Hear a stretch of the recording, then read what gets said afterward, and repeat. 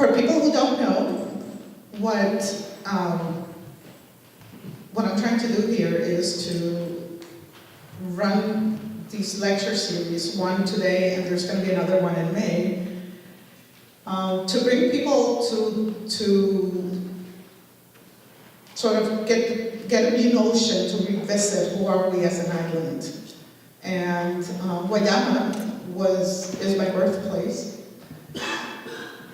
And the first time I remember Guayama was when I was 9 years old.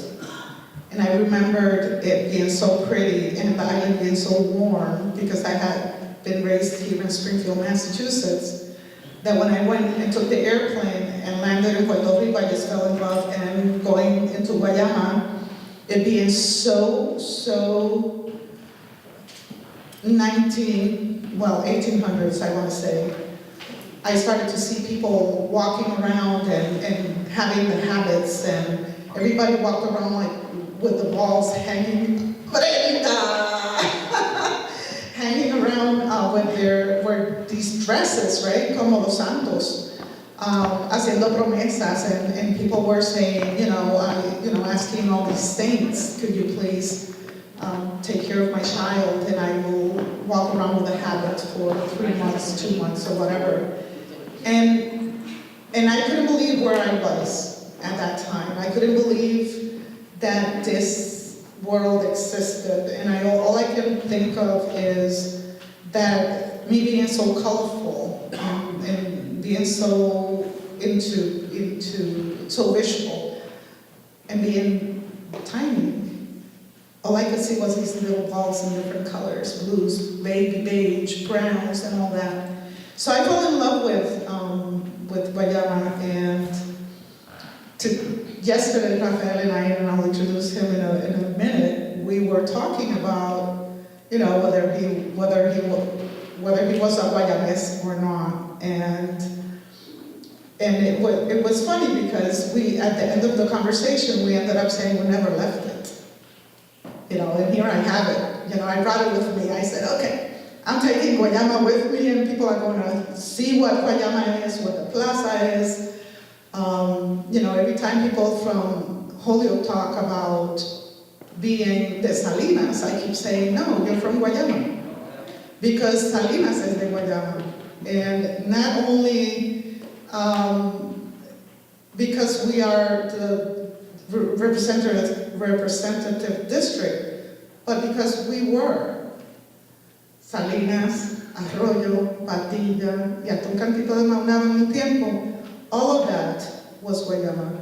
So when we talk about the power engine of Guayama, Rafael is going to talk to you more about that. So him and I met in Northampton in 2005, I think it was. And he was ready to write his book, El Gran Cien Pie. We have some here for $7 donation towards Wisteriahurst. As a donation for them. And what ended up happening was we connected through me having a dream that I had 5 years before I met him of a painting of El Gran Cien Pie de Guayama. And his book was titled El Gran Cien Pie. So talk about meeting, right, in Northampton, out of nowhere. And I had dreamed with this image, and I meet the person who was going to write the book 5 years later. What are the odds, right? So I just fell in love with him because he was writing stuff about Guayama. So he actually introduced me to Guayama, and we've been back and forth. We introduced each other's work in 2007, where they dedicated the Festival de Bomba de Guayama to his work, and I would like to ask for an aplauso now, because Rafael is many things and beyond, and as I got to know him over the years, I was like, wow, courage is his faith. So Rafael was born in New Jersey, but grew up in Puerto Rico, in Guayama, so he is Guayamese. His parents were Guayameses. And he's a long-term resident of Springfield. He obtained a law degree from Western New England University. He has been an attorney since 1997. Rafael is a former chair of the board of directors of the Rosenberg Fund for Children. People who do not know what that is, you need to know. He also is currently a member of the board of directors of Rise for Social Justice. Rafael was active in the struggle against the Navy in Vieques between 1999 and 2003. He was there every day. He writes for several magazines in Puerto Rico and Latin America, including Rebelión, 80 Grados, Claridad, and Encuentro al Sur. He is currently collaborating with a coalition of community groups in the southeast, porque nos vamos a quedar con la isla of Puerto Rico.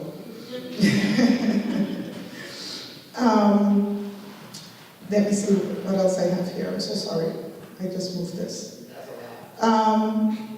He is currently collaborating with a coalition of community groups in the southeast of Puerto Rico seeking environmental, cultural, and social justice for Afro-Caribbean communities in the southeast of Puerto Rico. In 2006, he published the book El Gran Saint-Pierre about the African roots of Puerto Rico. In 2014, he won a literary award during the International Book Fair in Havana, Cuba. Muy importante, escuchen. His book, El Coyote y su Bol de Polvo, examines the current state of environmental struggles in the United States and the struggle for a multicultural left. Con ustedes, Rafael.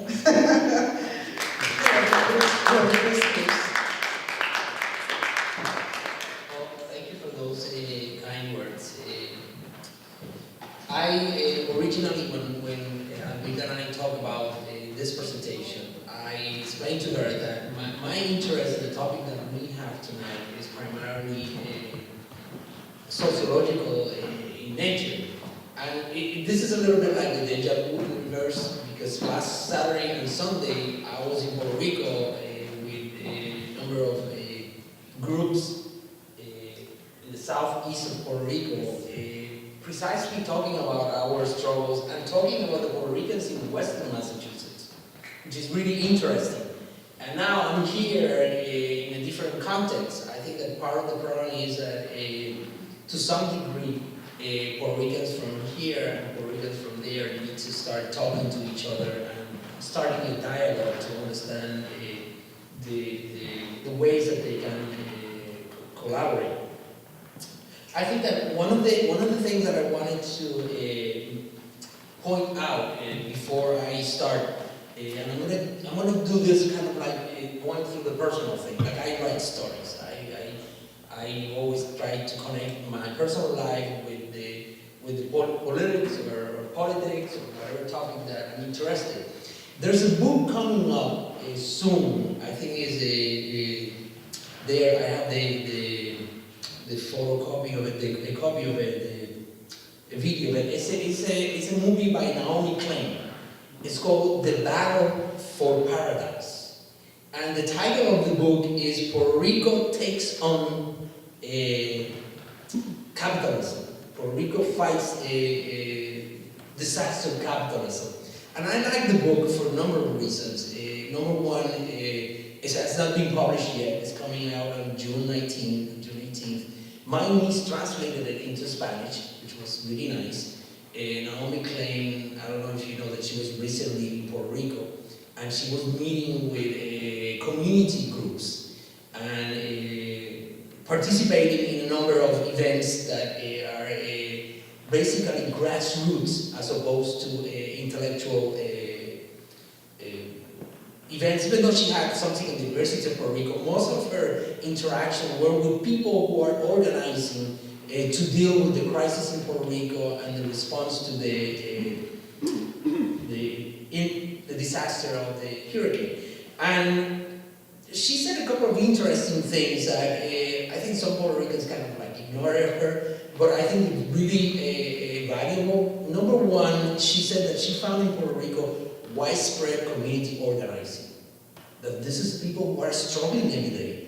And it's true. I mean, if you read the media, you don't hear about that. I mean, if you read the newspapers from Puerto Rico, you don't hear about that.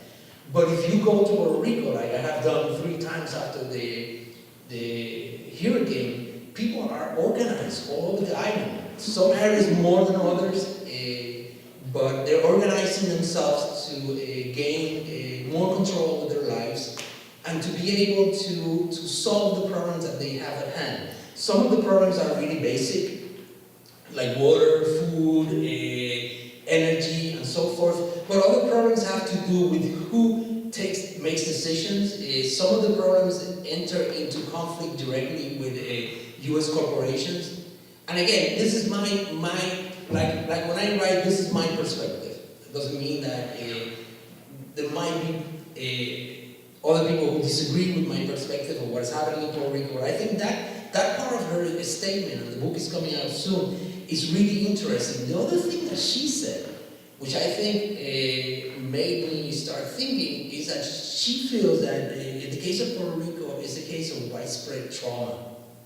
Trauma? That's how you spell it? You know, that she feels that instead of talking about the shock doctrine, that in the case of Puerto Rico, it's more useful to talk about the trauma doctrine. In that you have 3.5 million individual Puerto Ricans who are victimized by U.S. corporations as a result of a profound trauma that they have. And, you know, when she said that in Puerto Rico, you know, sometimes we Puerto Ricans are kind of like pride. You know, what are you going to tell me that I have a trauma? But I think that's something that we need to think. And our intellectuals need to think about that statement in a more profound way. And this is really crazy.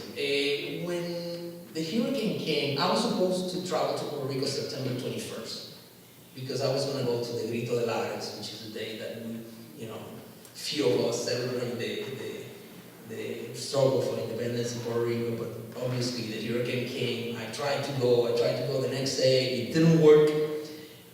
I started writing a number of articles, particularly in Latin America, where I said, you know, a week and a half after the hurricane, when it was obvious that the United States was saying that they were not going to help Puerto Rico, that Trump was saying that they were going to collect the debt, that for the first time he came out in a really nasty way. And there were different countries that were offering to help us.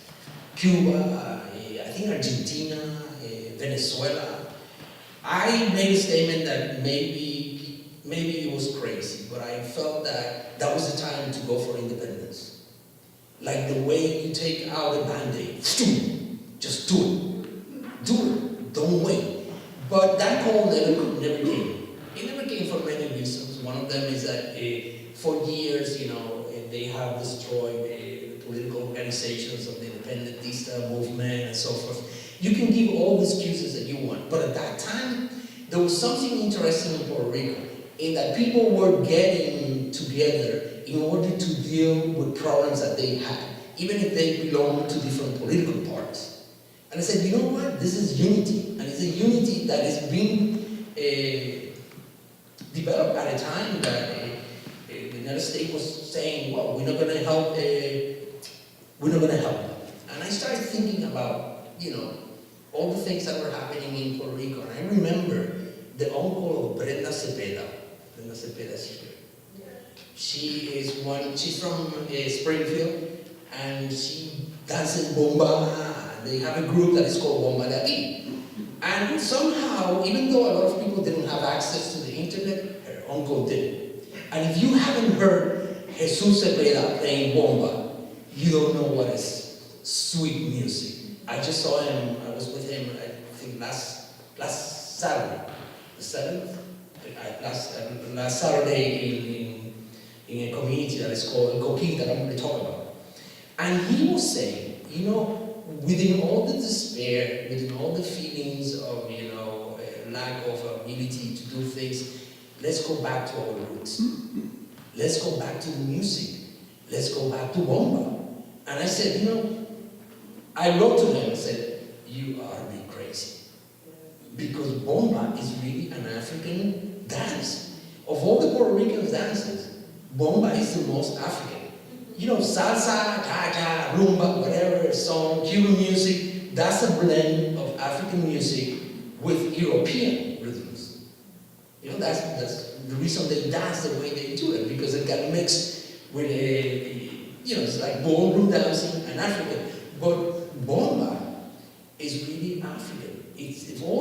I can't think about any other dance in the Caribbean that I've seen that is closer to the African roots. Maybe some people might think otherwise, but that's my opinion. And he kept saying, well, we have to go back to that because we're going to get a lot of strength from there.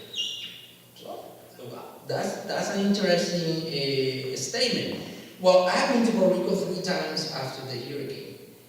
Bomba is the dance of the youth in Puerto Rico. Forget all salsa. Forget all reggaeton. Forget all plena. Every place you go, especially in the coast, they're dancing and playing bomba. Something incredible.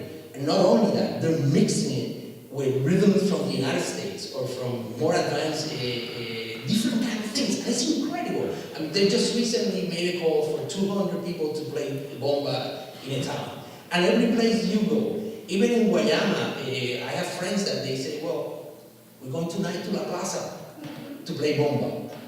And this is I'm gonna get back to this because this is really interesting. The last trip that I went was last week, and it's all over the place. Not only that, in every single town, they're developing schools for learning how to dance and play bomba. Of course, I grew up in Puerto Rico years ago, so at that time the bomba that was played was a little different to the bomba that is played today because young people have really energized this dance. And to go to a protest in Puerto Rico is confusing because you don't know if you're going to protest to a party.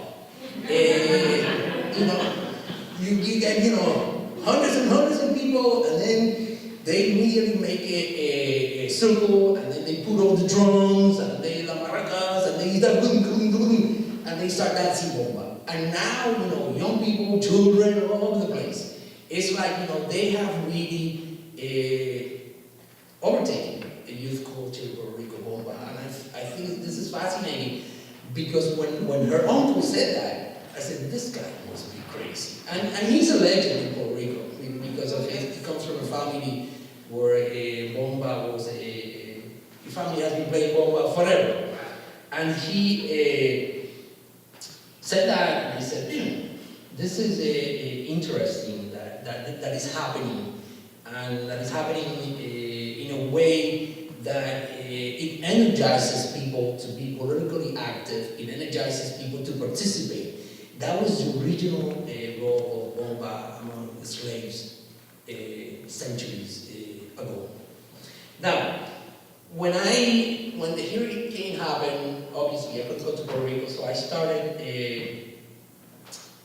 thinking about if at that time in Puerto Rico, the United States was saying, we're not going to help, screw you. And people were getting together, and they were starting to do things on their own, and solving their own problems. What kept them from calling for independence? What did? And I think that one of the reasons was precisely what Naomi Klein said, trauma. Because when people are traumatized, one of the things that happens to them is they freeze. Whether it's personal trauma or whatever trauma, and the reality is that if you look at what was coming out of Puerto Rico at that time, I think that even the independentistas froze with the idea of, gee, what are we going to do now?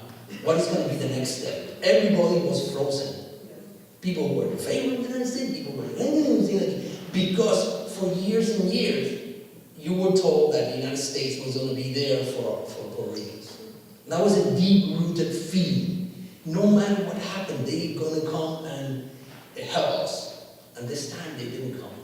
So it wasn't only the trauma of the hurricane, it was also the trauma of the betrayal. Excuse me? The betrayal.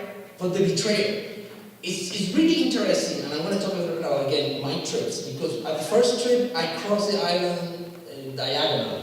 I went from San Juan to Mega West, stopping in every town, helping people, talking to people. This time, the second trip, I stayed more in the San Juan area. Now this trip, I went on the coast. Started in Luquillo, went east, and then went south.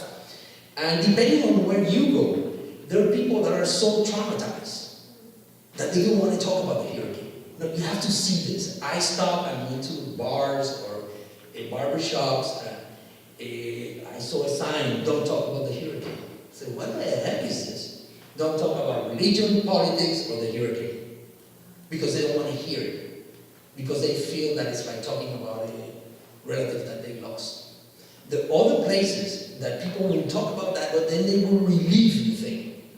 They will tell you, you want to hear about the hurricane? And man, they give you an hour of all the painful things that they went through. Because it was really painful. And then you regret having asked, because it's like they go through the whole thing. Some of them cry, some of them open their hearts. But that's a sign of trauma. And there are other regions, there are other places where people have been able to band together and start doing things, and they have higher spirits. And on a side note, we had a poet from my town, Luis Párez Matos, who used to say that in our culture, black people are the strong. Spaniards are not. And it's interesting that between 1450 to 1790, those 4 centuries, there were no hurricanes in the Caribbean. And his claim, or the claim of some people, is that we were colonized by the Europeans because there were no hurricanes. The first big hurricane came in 1791. And I'm going to talk a little bit about that. But 1791 on is that you have this explosion of Afro-Caribbean culture. Haiti, Martinique, Cuba.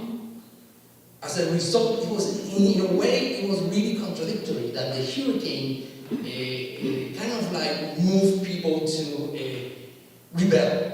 In the hurricane of 1791, 20,000 black people died between Barbados, Puerto Rico, and Cuba. Because the Spaniards and the French slave masters, they brought the horses and the cows inside, but the slaves were cheaper, so they let them out. And like I said, about 20,000 died. So I started to think about, what is this trauma? As an intellectual, so I don't know if I can call myself that, but I think that intellectuals have an obligation, a responsibility of really finding out what is this trauma that we have. And it's a really weird thing, because if you're in Holyoke or if you're in Springfield, Puerto Ricans tend to elect progressive candidates. But if they go to Puerto Rico, they vote for people who are going to harm them. And they become really irrational about it. They don't want to hear it. And you say that, sometimes I ask them, where are you from? From Mars?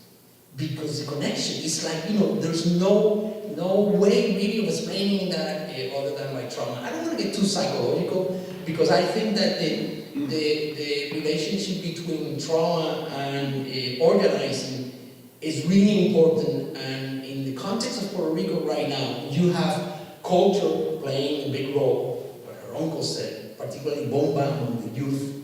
Not among us, I'm old. The young people, to see them, how they get organized, how they cherish a dance that comes from Africa, and how that binds them together. It is really interesting. In fact, in June 3rd, there are 250 Puerto Ricans going to Santiago de Cuba for an African celebration.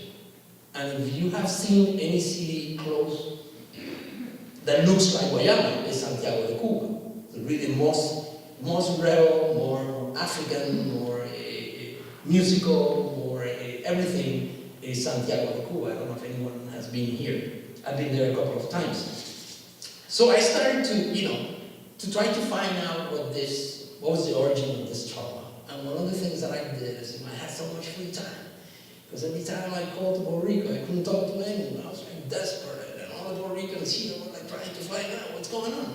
So I started to read a number of reports from the U.S. government, because I wanted to know. Some people were saying, "Oh, this is Trump. Look how Trump is treating us. Look what the Trump administration is doing this to us." But what happened in previous hurricanes? Were we treated differently? So in 1899, a year after the invasion, we had a hurricane that was bigger than Maria. That hurricane came and basically destroyed our agriculture. It followed kind of like the same path, destroyed like 90% of the crops, coffee and sugar. About 3,000 people died as a consequence of that hurricane. And we were under a military rule. No Jones Act, no Forever Act.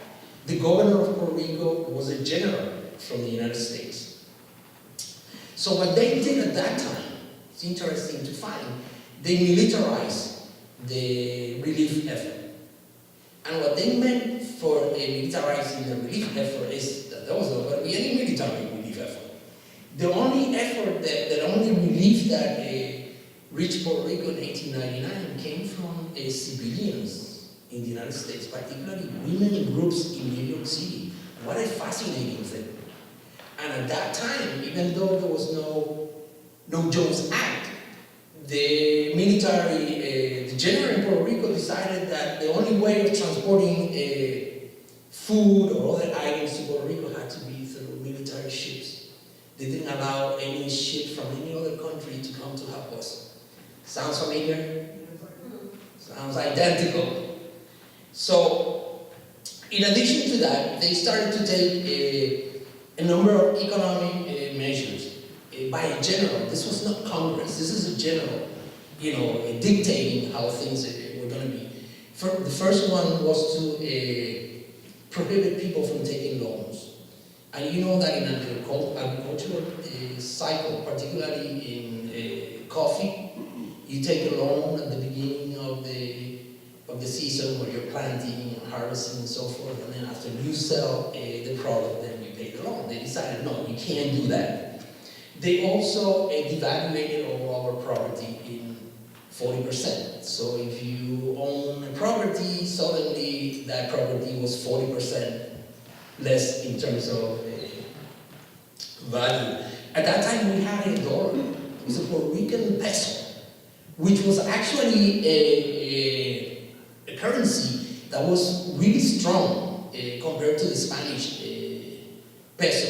And one of the things that Puerto Ricans were doing was that they would buy Puerto Rican pesos at one price and then sell it to Spain a higher price, and they were making a big profit. So one of the first things that even the generals that invaded Puerto Rico said was, wow, these people are making a lot of money with this trick.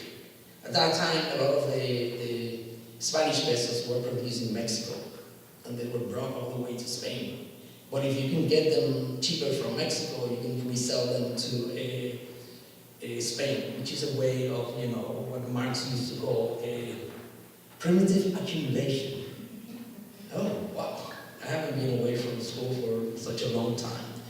So I ended up, thinking, what is this? We need to start explaining to our people and to ourselves what is the root of this trauma and how we're going to overcome this.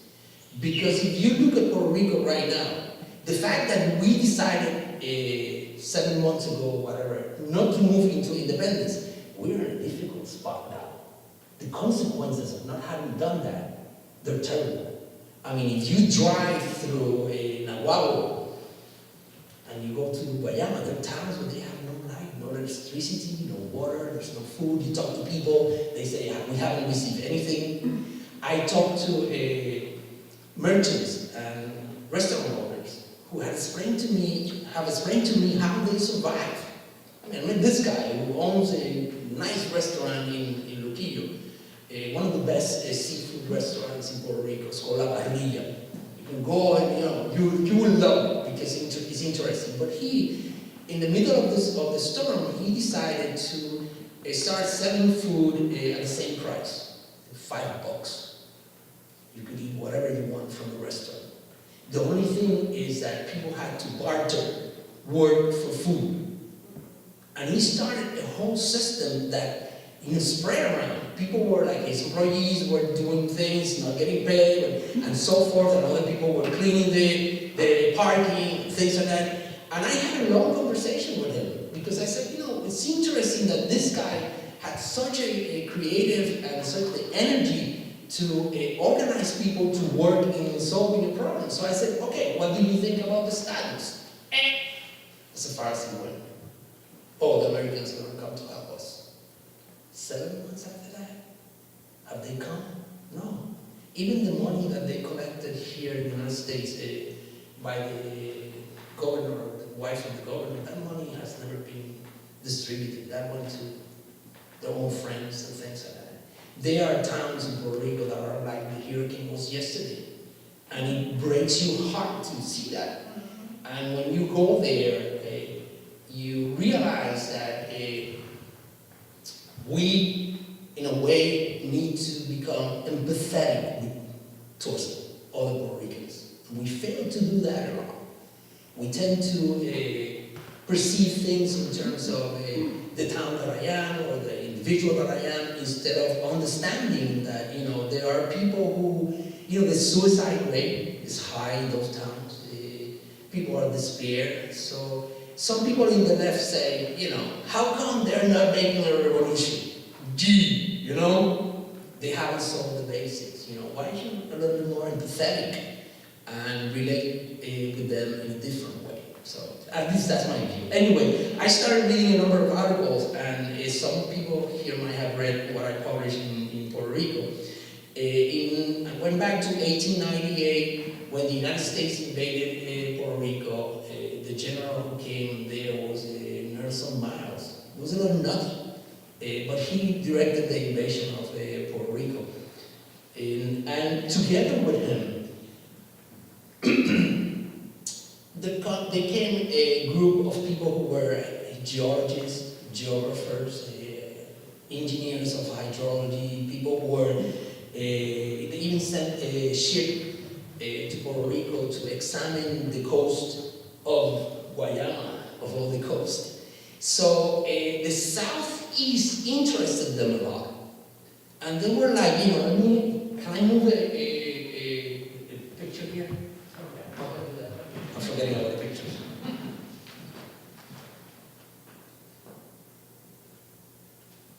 We have the book here that says that. I have it in the show. Oh, okay. No. So, this is the first map, military map that was made of Puerto Rico. The first one by this guy. This was done by the military. You can see National Intelligence Puerto Rico already. This is what they were using just to control the island. Now, the next one.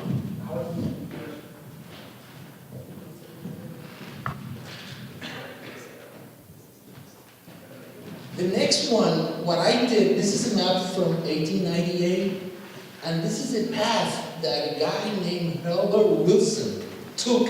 He went to Puerto Rico in 1898, immediately after the invasion, and he got off a boat in San Juan, and he went by horse, all of this. And he produced a document that is called Water Resources of Puerto Rico. It was published by the U.S. Geological Survey in 1899. 1899, correct, a year after the nation was invaded, it was published. But this was the exploration that he did. And he was like, like Lewis and Clark in the United States. He wanted to know what amount of water there was in Puerto Rico, and what was exactly the hydrological map of the island. We're going to get into that.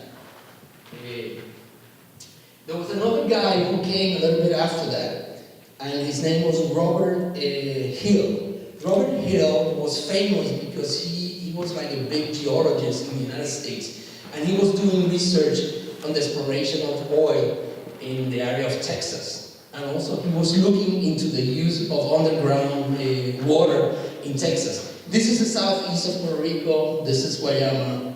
So it feels bigger in our heart than it is in reality. So they published a number of articles where they say, wow, what a fabulous country. What an interesting country this is. And what they found interesting is that this country is primarily mountains in the center. And you have a little bit of plains in the southeast, a little bit of plains here, and a little bit of plains in the northeast. But they were impressed with the fact that in Puerto Rico, the plains, the lands that are flat, are really not that productive. But the mountains are incredibly productive. If you compare Puerto Rico with Cuba, Cuba has a lot of plains that are highly productive. They don't need irrigation, they don't need a fertilizer.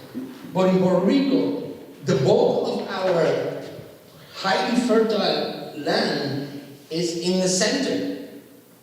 And they started to look into that and say, wait a second, this is one of the smallest islands in the Caribbean, but it actually exports food to other islands. Puerto Rico used to export meat to Cuba. Surprisingly, Puerto Rico used to export tobacco to Cuba, and the Cubans would pack it as Cuban cigars and sell them out. Puerto Rico used to produce, according to this representatives of the government, it used to produce enough food not only for its own people, but for selling outside. And then when I read that, I was went into tears, because I grew up hearing the opposite. And if you stop 10 Puerto Ricans out there, 7 of them are going to say, we're too little to feed ourselves. No, we were doing it. Not only that, if you read the descriptions of our towns, how they spoke about our art, literature, architecture, it's impressive to hear that from 2 individuals who were sent there as agents of imperialism, basically, to find out how to screw us. They also sent a ship that went around Bahia de Hobos and did all the analysis of ships that could come in and out, how deep was the water, and all of that. Basically, they concluded that the high productivity, they say, we're talking about 1899. In the United States, the idea that they had about advanced agriculture were the Great Plains. And the Great Plains are about flat land and extension, right? You know what I'm talking about? Dakotas, Texas, the whole production of wheat in the Midwest. But here they found that they said they were hanging from the mountains and producing all kinds of stuff. And this is a land that you throw the seed and boom, suddenly it produces. So, interestingly enough, some of those articles came out in the National Geographic.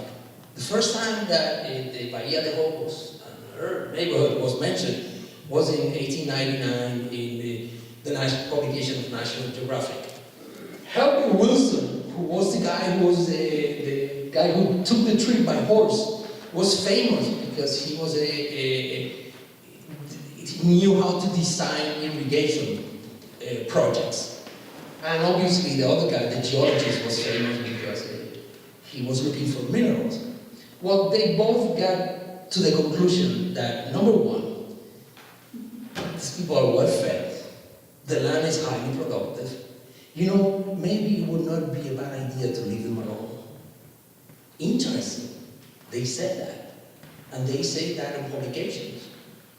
And you're like, wow, what a lie we have been living all around. Because none of that was ever, I don't remember hearing anything about that in Puerto Rico. We always told we're too little, we can have big farms, and these 2 guys were saying, no, you can have a highly productive, advanced agricultural production in a small piece of land. You don't need 10,000 acres. Of course, the products that we were producing was coffee, tobacco, and vegetables. Now, let me see. What picture do I have to bring now?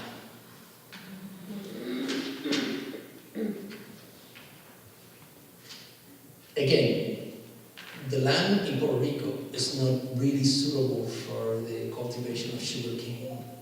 Cuba is.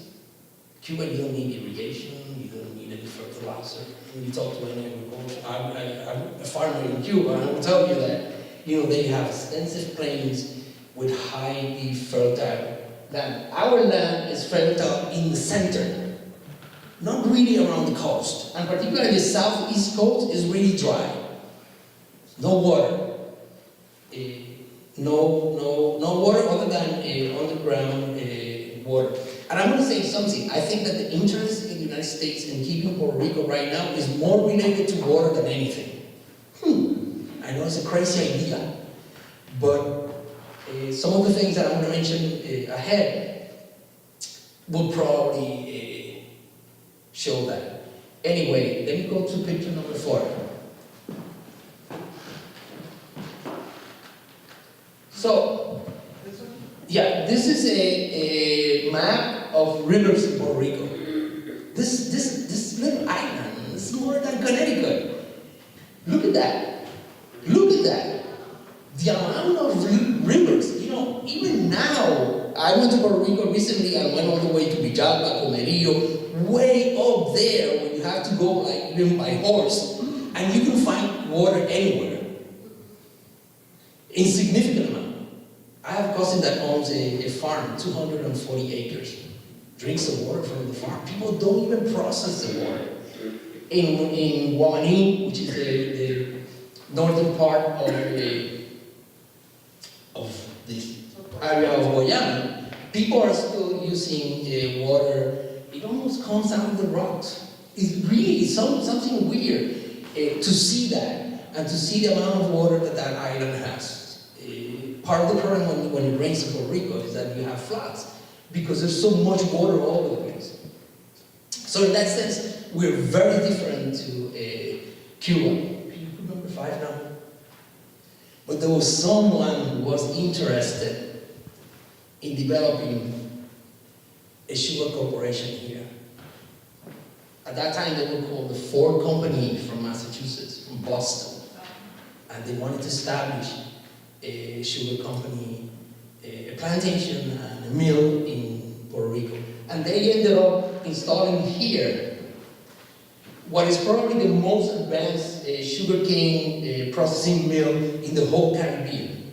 Technological and size was something like a monster, something truly gigantic. And if you want to produce sugarcane, you need basically 3 things. Number 1 is you need land, and it has to be flat. Sugarcane doesn't grow in slopes or in mountains that are steep. Some people try it, but not in big amount. The other thing that you need is water. At the time that they were investing there, it took 400 gallons of water to produce 1 pound of sugar. What an impressive thing.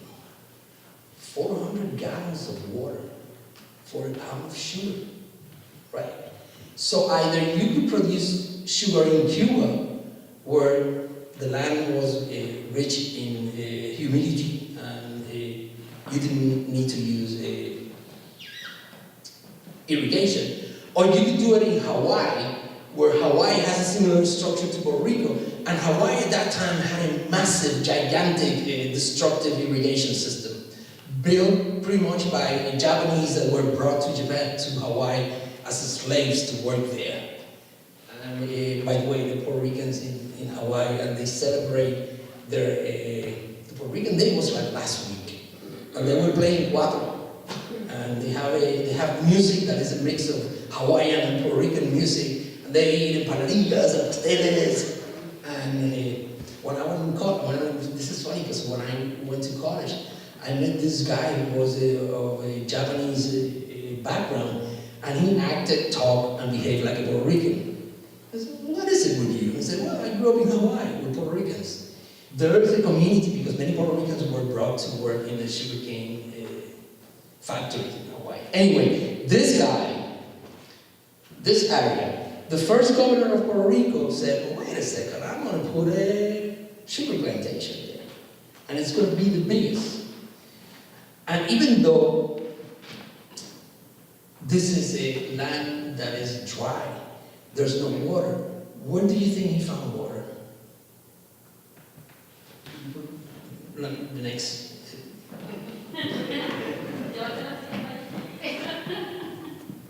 This is a picture of the mill where it was operating. Okay, this is the southeast of Puerto Rico. So remember, in 1899, these two U.S. Geological Survey personnel said, the center of Puerto Rico is highly fertile because it has so much water. But then, in order to produce sugar here, where there's dry, what do you need? Water. So what they did was they drained the center of the island of water. So much for the ability to produce items to feed your people. So even though this was in many ways irrational, what they did, and I have explored all of this. Last Friday I was here. About a month ago I went here, and this system is still operating, even though they don't produce sugar cane anymore.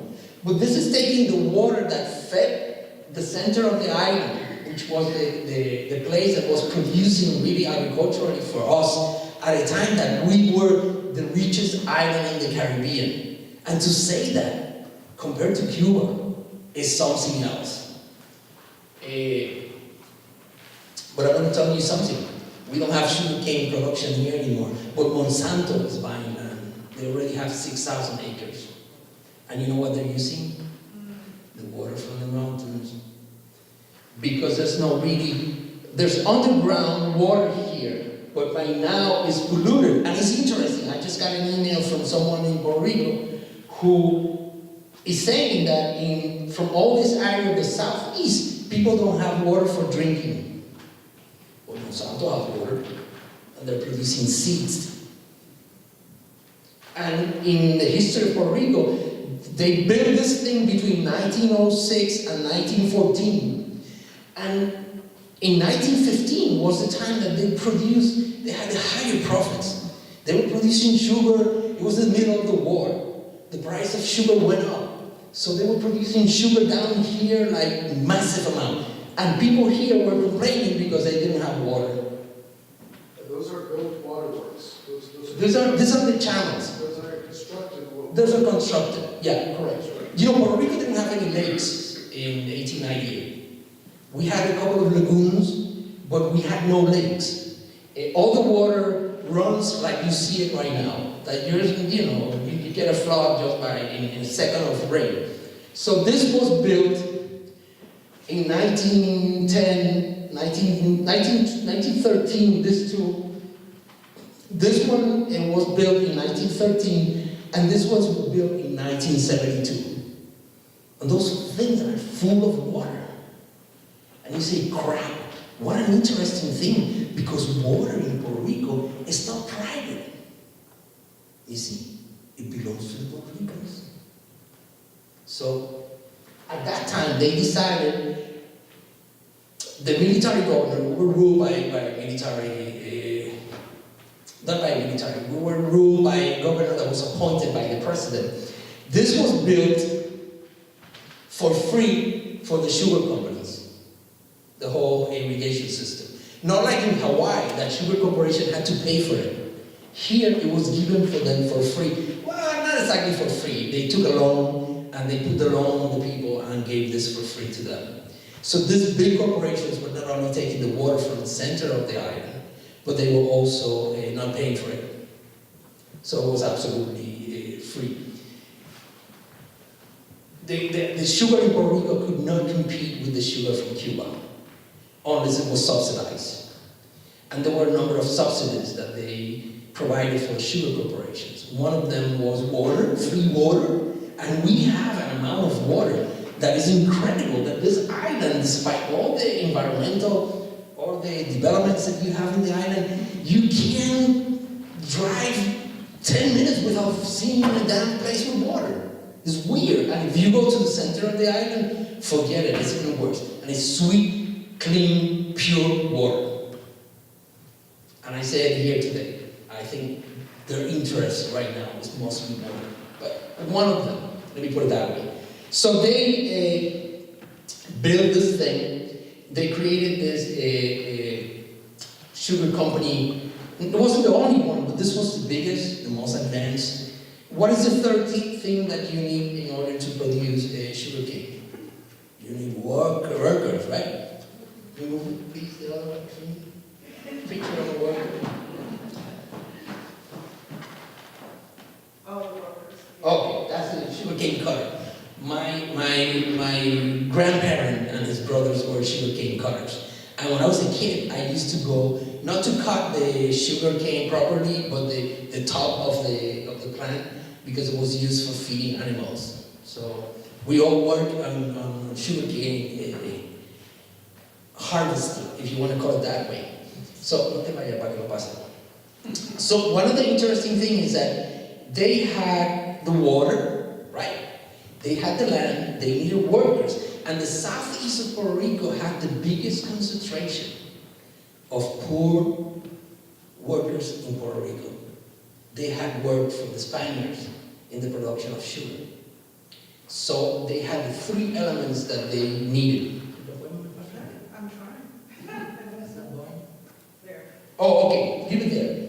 But there was an interesting thing about the southeast of Puerto Rico and the workers that they found there. They were black, most of them. Not only they were black, they had an Afro-Caribbean culture. And by that, what it means is that they were the descendants. Many of them had been brought during the time of Spain by their owners, either from Spain or from France, when the revolutions happened in Haiti and Martinique. So they were kind of rebellious. They were black people, hard workers, but they were rebellious. Let me give you an interesting fact. In 1918 was the last execution of someone in Puerto Rico. Death penalty. It was a guy from this region, El Coquí, that decapitated a manager. So they were,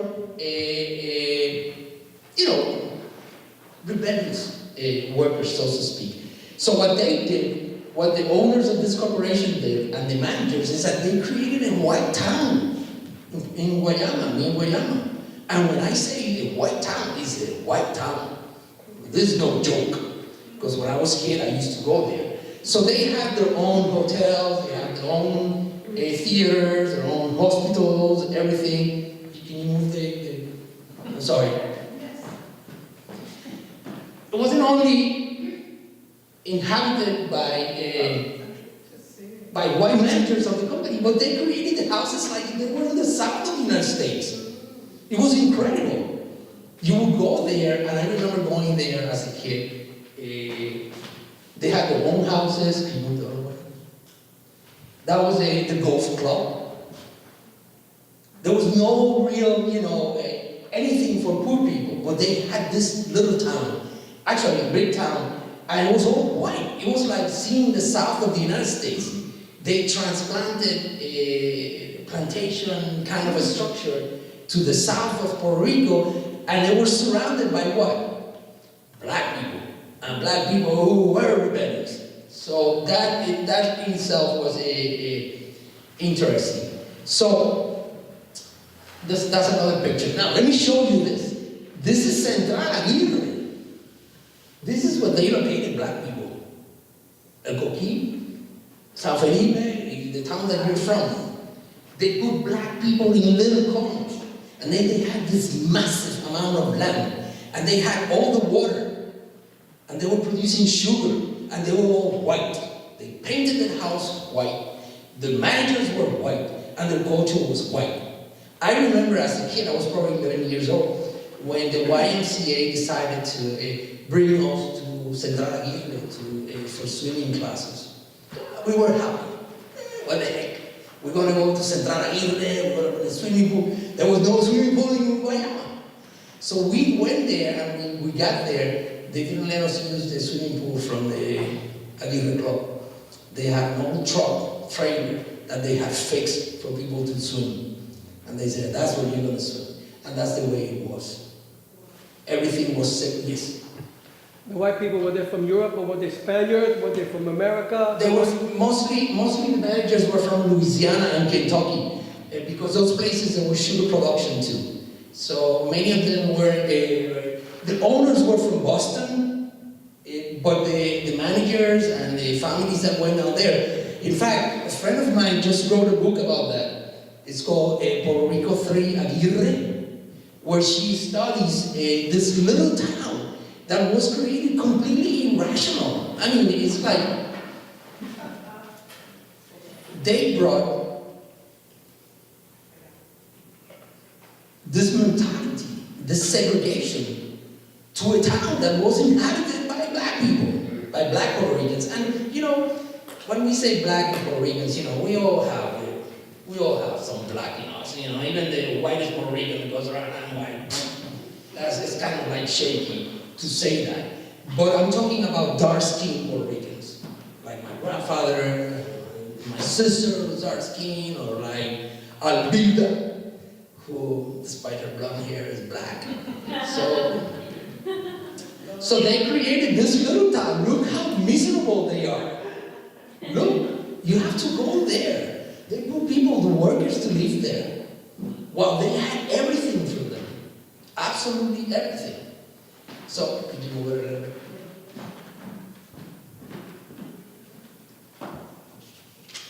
So that's another picture of the recent picture. I took this about a month ago or 2 months ago. Poblado El Coquí. It will surprise you to know that these people have to drink water from taking it from the underground. While Monsanto and all the companies are like, you know, using the water. That's another thing. These are like some of the art that you see in El Coquí. And if you were in Aguirre and you were, you know, a white manager with your family, the stories are incredible. They had nothing to do with us. Although I live in Guayama, I had relatives that lived in El Coquí, in Mosquito, San Felipe. And right now, this is the center of the town, of the little town. It's a working class town. If you move it a little bit. Okay, now this is what is happening after Maria. This is the community getting organized. The way things are happening is that throughout the southeast, communities are taking in their hands to solve the problems. They're not going to bring in electricity, no problem. We're going to use solar. And one of the groups that I have been collaborating with, this is a group that is kind of like coordinating 5 different communities. And what they do, when I went there the first time, they had no electricity and no water. So what they were doing was taking turns for cooking for different communities. Monday, one community cooked for the other 4, the 5 communities. Tuesday, another community will cook for the other one. And they will share things and interact with each other. This is a meeting that we had last Saturday, talking precisely about how we're going to get organized to empower people to solve the problems without waiting for help from the government that is not coming. Yes. ¿Cómo se llama el grupo? Son cuatro grupos, pero I'll tell you the names. So we have, look at the young people. There's young people, they have nothing. Do you know what they call the southeast of Puerto Rico? The poverty belt of the island. That poor they are. And this was the land that created wealth for big millionaires in Boston by stealing the water that had guaranteed us an agriculture that fed us, not only fed us, but it was sporting goods for other places. This is like one of the days that we were distributing water and things like that. There's no water on the poor people. Monsanto has water, which is a different thing. Now, this is what is left of the Aguirre mill. These are the ruins. Because even though they said in the 1920s that, all the future of Puerto Rico is going to be based in sugar, this is going to last forever, when it wasn't profitable anymore, they took off. And they left that. They didn't even collect what they had, the buildings. Could you move the other one? This is the old theater. They had their own really nice theater in the area. It was their theater. This is a picture that I took of the ruin. This used to be their hotel. And if you were lucky and you got sick in Guayama, and you had the opportunity of going to the Aguirre hospital, man, that was something else. Because the other alternative was to be brought 2 hours into the next town to get some kind of medical help.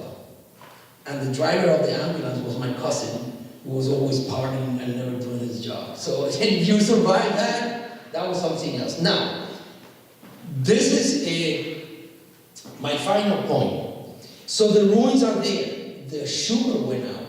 But guess who survived?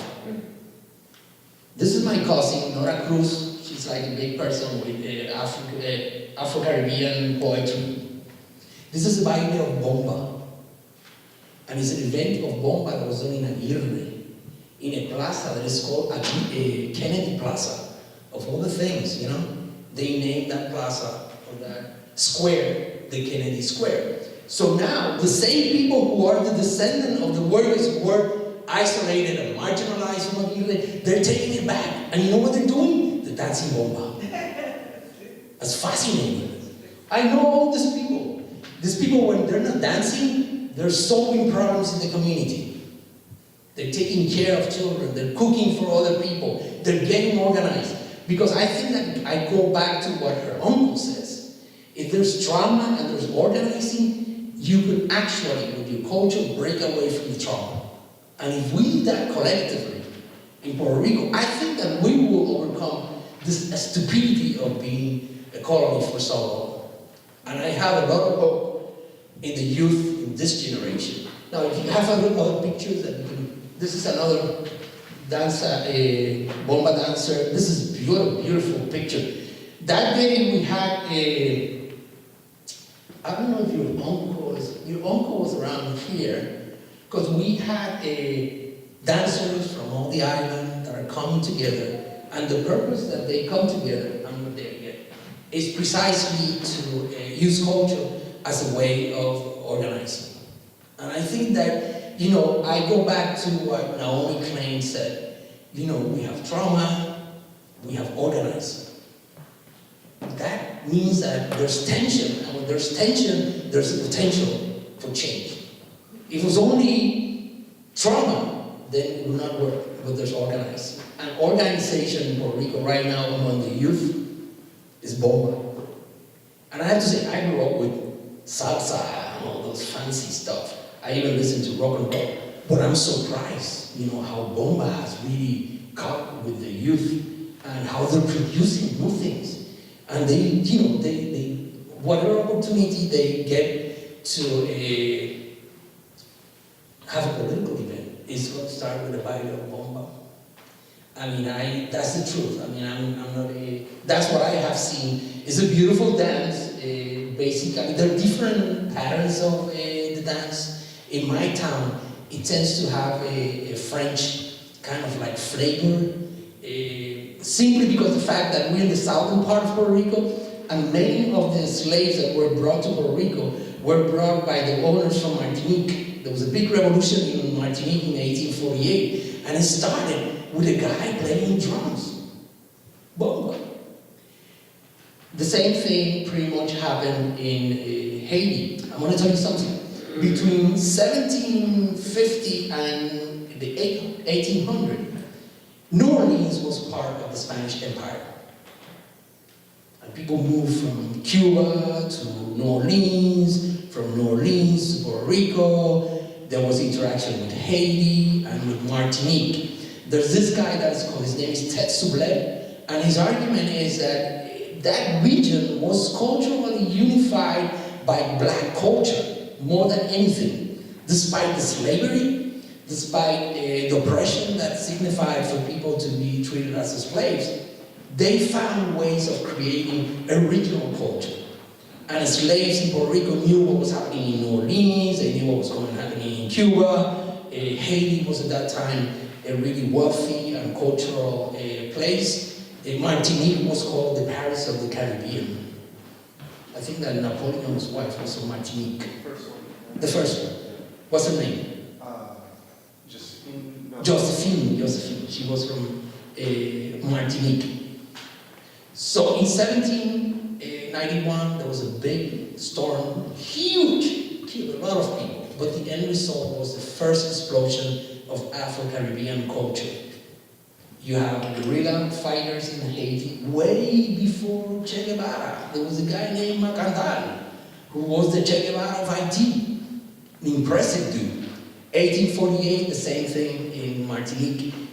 New Orleans is really interesting because New Orleans had a flavor in the music and the culture that was really similar to Cuba and to Puerto Rico. In fact, when you go to the poor neighborhoods around Central Aguirre, they had something that is called let me take a step back. Under slavery in Spain, drums were allowed. One of the things that the slaves were able to gain was to have one day where they could play the drums. That was not the case in the Carolinas. Drums were prohibited, absolutely. But within the Spanish culture, there was one day of a week, Sundays, that they could get together and play the drums. And in order to do that, they created some plazas where black people, slaves, would gather to play their drums. Bambula, Bomba, whatever. In New Orleans, there's a place that is called Congo Square. It used to be the old place where slaves would get together to play their drums. In the poor neighborhoods in Puerto Rico that we saw around Aguirre, there were also plazas where black people would gather in order to play their drums. So there was, even though slavery under Spanish rule was brutal, criminal, whatever, there was that space for use of the drum. Again, if you go back there and you come back here to the present in Puerto Rico, the same thing, the drums. That's a unifying force in the Caribbean culture. Cuba, Haiti, the Dominican Republic, Puerto Rico. The use of the drum. And many of the revolutions and the revolts started around the drums. They would gather and say, well, the masters would say, okay, you can have this day off. And they would go and get together, play the drums, and then decapitate a couple of slave masters and things like that. So I don't know if you see the parallel with the present now. That in a way, you know, we have been looked from the outside. And I appreciate what Naomi Klein is doing, because for the first time, when I saw her interacting in Puerto Rico, I think she grew up intellectually. She realized that you can't really go around judging people and simply say, oh, this is a sharp doctrine. You have to get to know them. And you have to interact with them. And know deeply inside how they feel. So that's kind of like the parallel that I think is happening. I think it doesn't mean that necessarily tomorrow there's going to be a revolution in Puerto Rico, but right now, I mean, I don't know any single day that hasn't been a protest in the island. All over the place. All over the place. And again, together with the drums. I wanted to mention a little bit about this guy, finish with him. Oh, we're going to put the Bomba thing first. I wanted to show you a couple of videos of dancing Bomba in Guayama. There's this guy who's 90 years old, he's from my town. And he's supposed to be one of the big dancers of Bomba, and he's still dancing, and he goes around. I think you have to go to the video. So they got together. I'm going to go back to Gochak to finish my presentation. I hope that you guys are enjoying it. Okay, this guy is 90 years old. He's from my town. Oh, as Brenda will tell you, you're from the north, right? Santurce. And the Bomba has a different flavor there. Here, it looks more like like a French valse, which is the influence that you have also in, you see?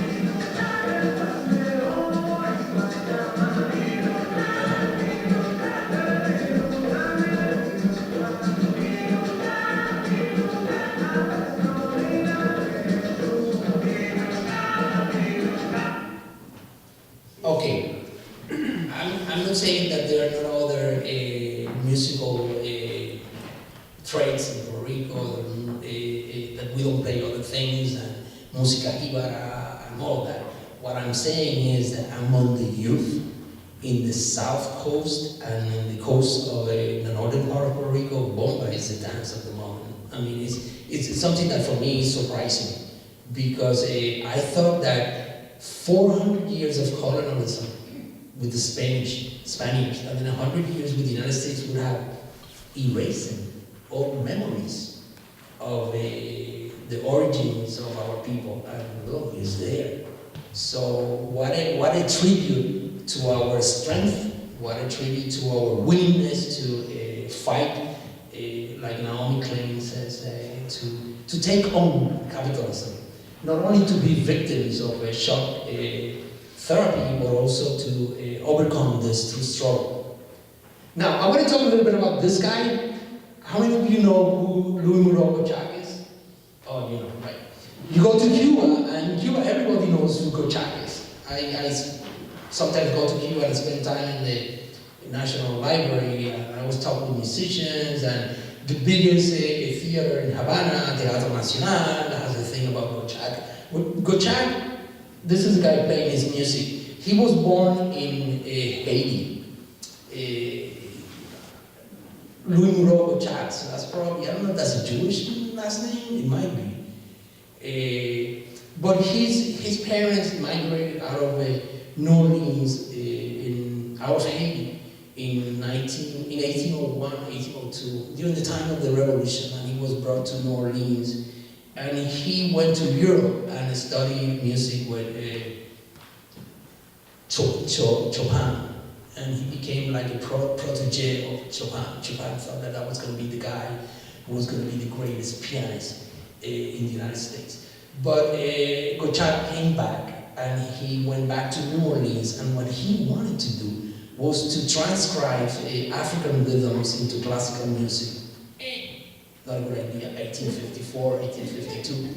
So he faced a lot of rejection, particularly by the classic musicians from the time, were primarily from Boston, and didn't want to hear anything that was black, even though it was Boston, liberal, whatever. So he ended up traveling, and he went to Cuba, and he spent a significant amount of time in Cuba. And he transcribed a lot of the music of the black people from Cuba into classical music. And some people think that he might be responsible for the Cuban dance. The most elegant dance that they have in Cuba, it came at a time when Gochak was there. And, excuse me? Habanera is one of the places. So he went from there, he went from Haiti. He was raised by a black nana, and he was a really progressive guy. He went to Haiti, and then from Haiti he said, you know what, I want to go to Puerto Rico. He went to Puerto Rico and he went to Guayama. He went with an opera singer, last name, I don't remember right now, but it was a famous Italian, Daniela Patti. This guy knows a lot. So he went to Guayama, he went to Puerto Rico. And there's some interesting, look at this. This guy's from New Orleans, went to study with Tobago in 1856. What the heck is he doing in Cuba, Puerto Rico, and Haiti? And one of the things that he did was to transcribe what is the basic rhythm of Bomba into classical music. And if you take that basic rhythm, which is called tresillo, that's the basis for salsa, for mambo, and for all the rhythms that you have, including jazz. They're derived from that thing. That's the real black root of jazz. El tresillo. It's called what? He knows. So this is him. This is guy playing the transcription that he does of the bomba. Bomba Francesa.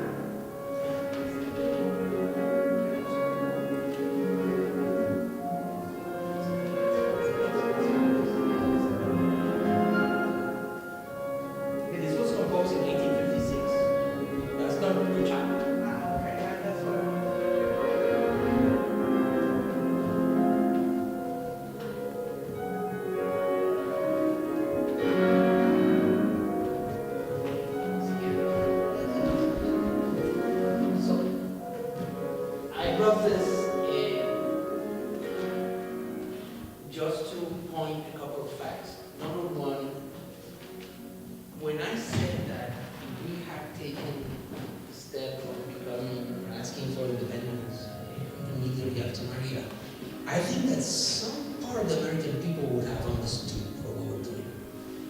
That it is incorrect to think that we were going to be looked as not being reasonable, simply because our connections with this country go way back, culturally, and in many, many, many ways. And an example of Gochak, a guy who influenced Cuban music like not too many people did. Influenced Puerto Rican music, not too many people did. He was from the United States, and he was persecuted here because he was against slavery. And he ended up going to Brazil, where he was considered like a hero, like a god.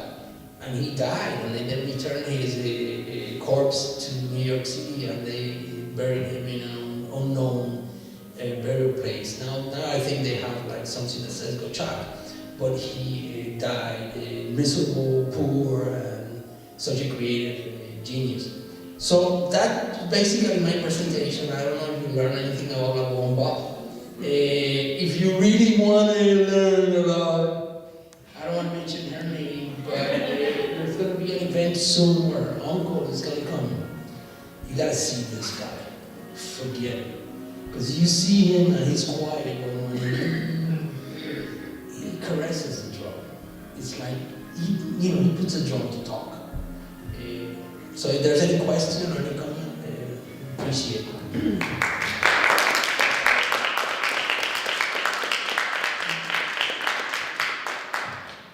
With the water shortage that occurred after Maria, I noticed that you showed me a picture of water bottles.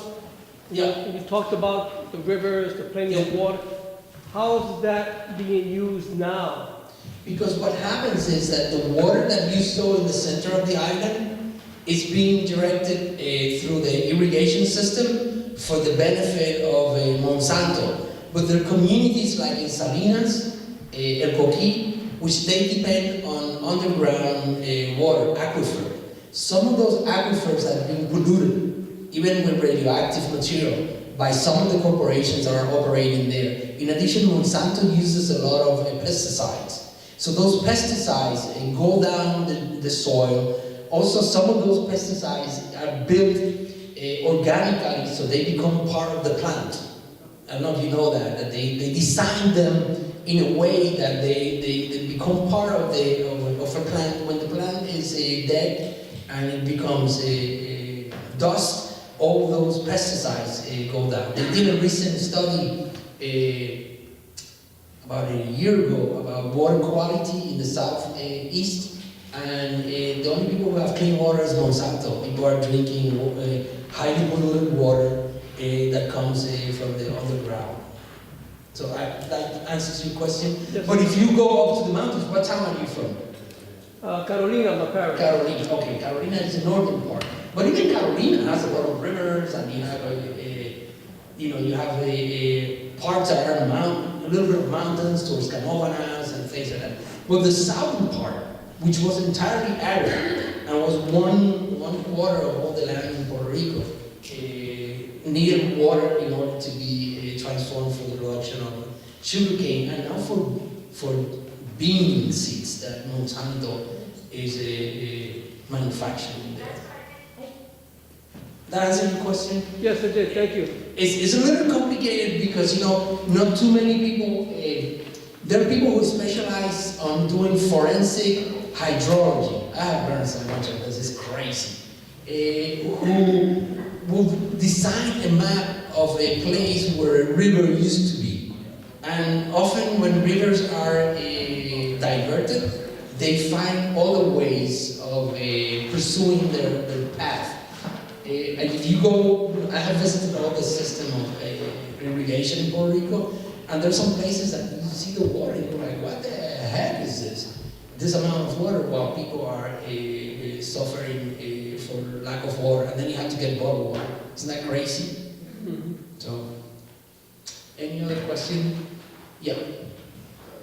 You were wondering why this trauma has precipitated revolution, or at least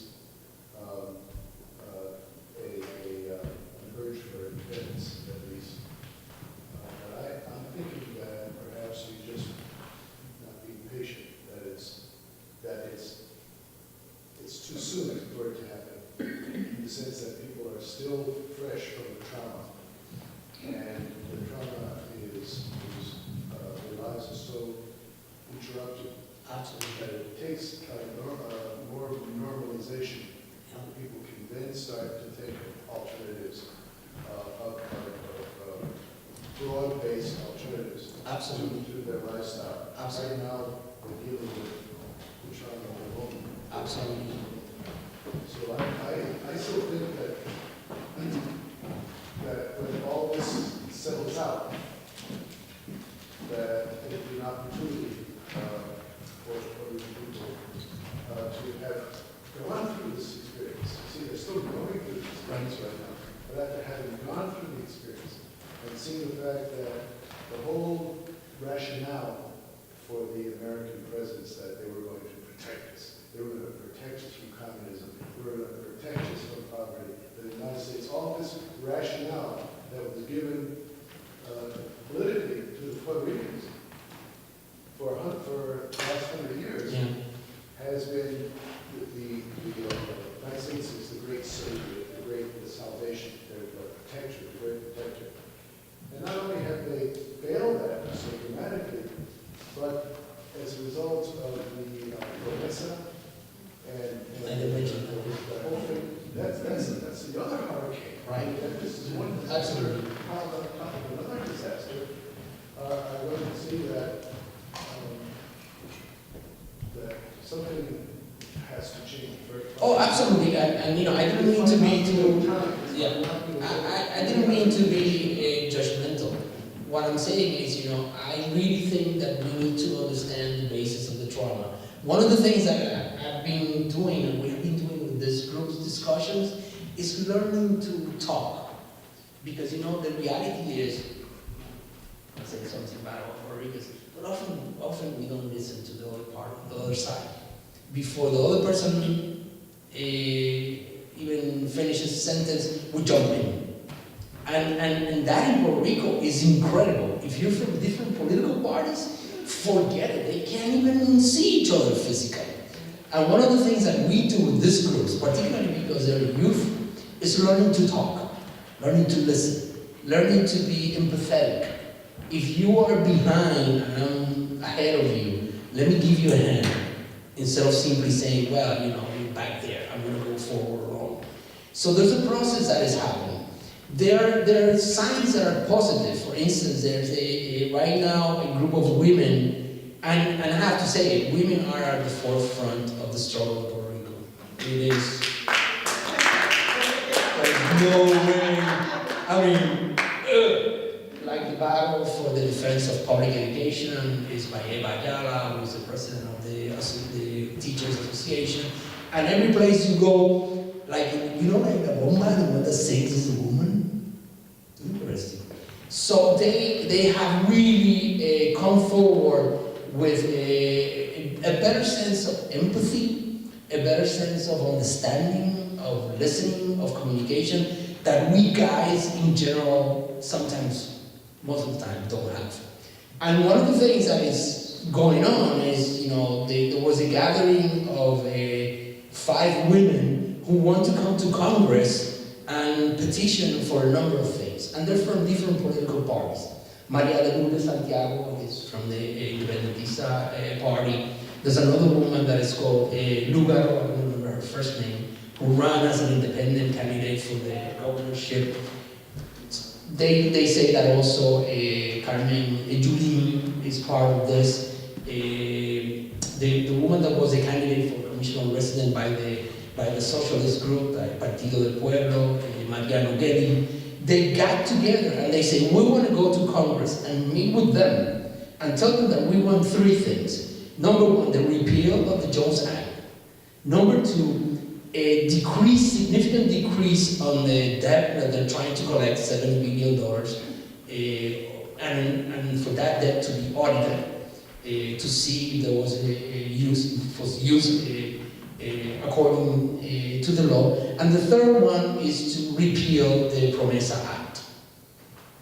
They're not asking for independence. They're not asking for a statehood. They're not asking for a final solution of the status. Well, those were the 3 things that were at the forefront in Puerto Rico immediately after Maria. Jones Act that didn't allow ships from other places to arrive.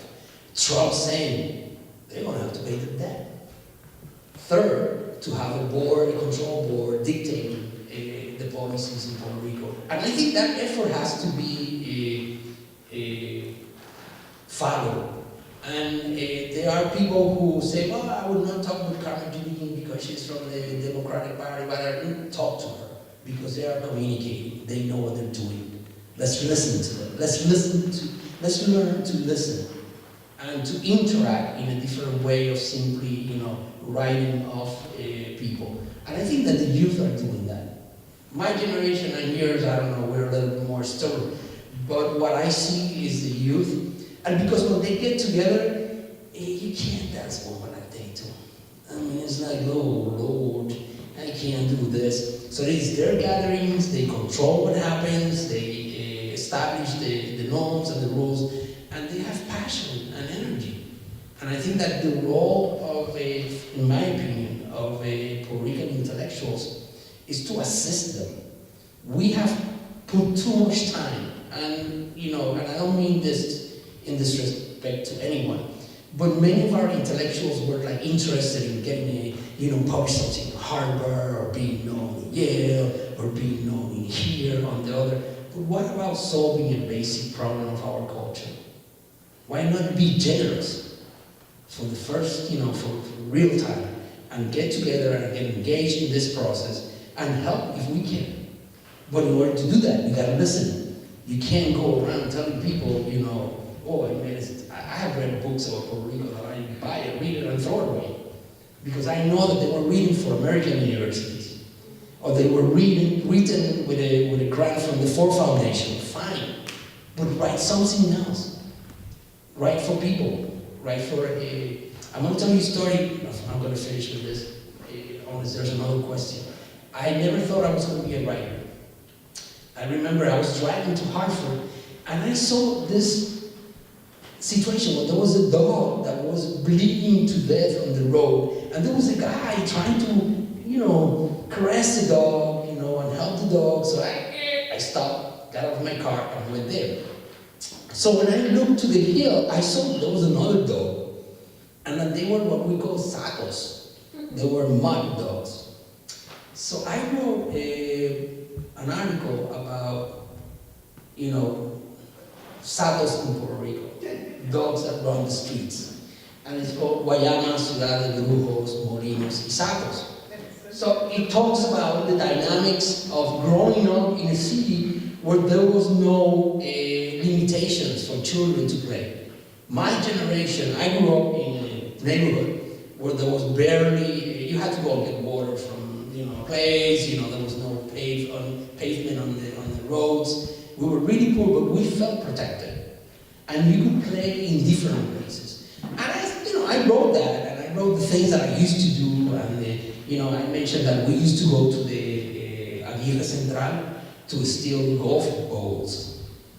And all the tricks that we did, and how we were like waiting till they hit the ball, we would go and grab the ball, and then all the Americans would come like, and we would run away, and things like that. So I'm at home, I published that, and I put my address on my phone, and I get a phone call from New York City. This woman calls me and says, you know what? My father just died, and every time I went to the hospital to see him, I read him this story, because he was absolutely convinced that you were writing about him. What an incredible thing. I said, no, how old is your father? Probably like 15 years older than me. I said, no, I wasn't writing about him. I was writing about the culture that I grew up. I said, well, the last days that my father was in the hospital, he had cancer. We consoled him by reading him the story. I don't know if that means that I'm a good writer or not, but I keep writing with my heart. And we need writers like that. We need people to open their hearts and to write what they feel, instead of simply writing books that are fancy stuff for universities in the United States. Yeah, so what? Can you communicate truly with your people? Can you really do that?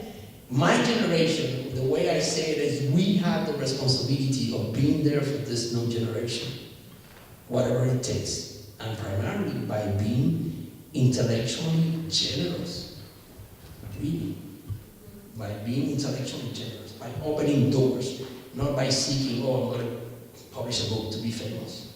So, anyway, any other question, or we're done? Yeah. So, you want to say a little bit about Bomba? Because this was a presentation about Bomba, and I haven't really talked too much about it, so.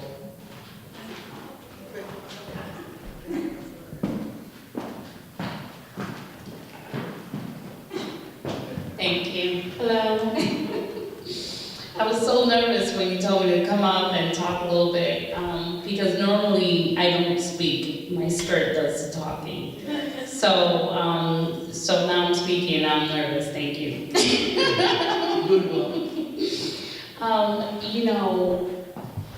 So I just want to kind of go back a little bit to my family.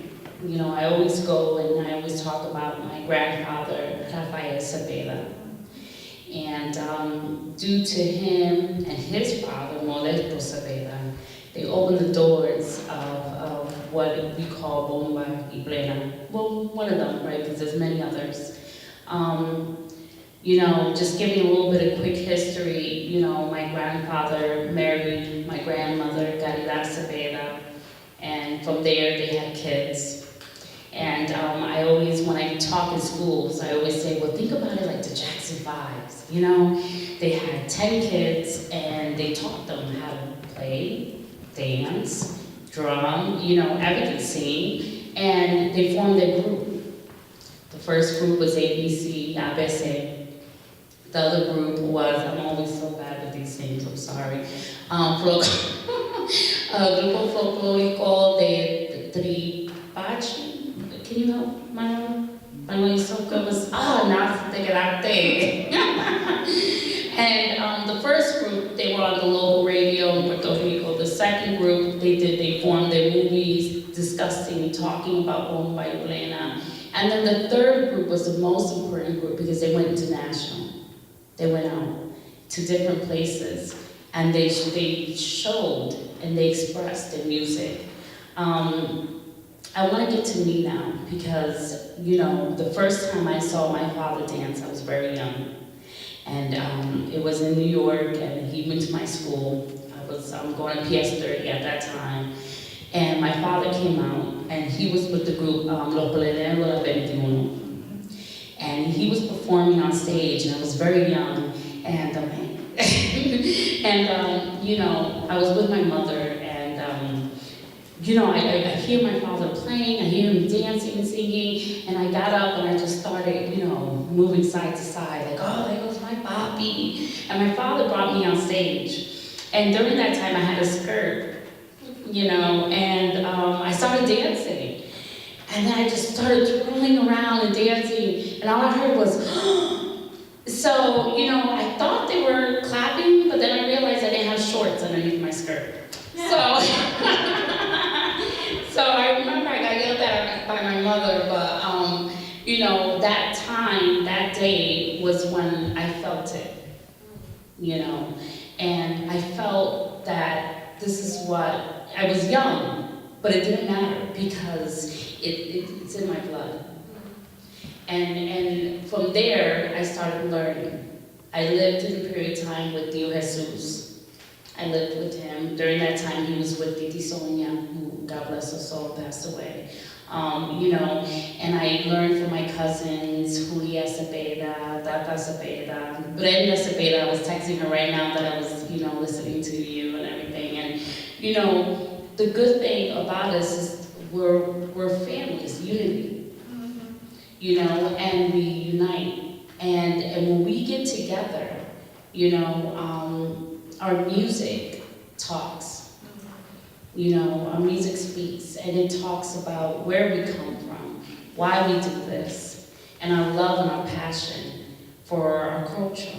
And then this is why, I'm always out there. I'm always in different, whatever opportunity that I could get, I could always come out and talk about Bomba y Plena, and I come out with my group wherever I go, So it's, it's an honor to talk about this and just to dance it, it just really brings me back. Sometimes I end up crying when I dance, because I feel my grandmother near me, So, thank you. I made it really quick, huh? So yes, I have an event that I'm just gonna announce it here because I'm so excited. Okay. I worked so hard for this. On July 14th, I will be doing a musical obra de Bomba y Plena, located at City Stage. I got tickets out already. Thank you. Thank you so much. I worked so hard. People know. So I want to make sure I get it right because I have somebody helping me out with this because, you know, I'm very new at this too, writing obras and stuff like that. So la obra se llama La cultura de Puerto Rico, muero yo. Por la cultura de Puerto Rico, muero yo. Okay. And so there's many surprises in that obra, so please, I will be selling tickets soon. I'm coming on the radio station on Saturday, and I'll be announcing where, you know, I'll be having the tickets and stuff like that. There will be a special guest, so hopefully my uncle will be present, Dio Jesus Severa, and so please don't miss it.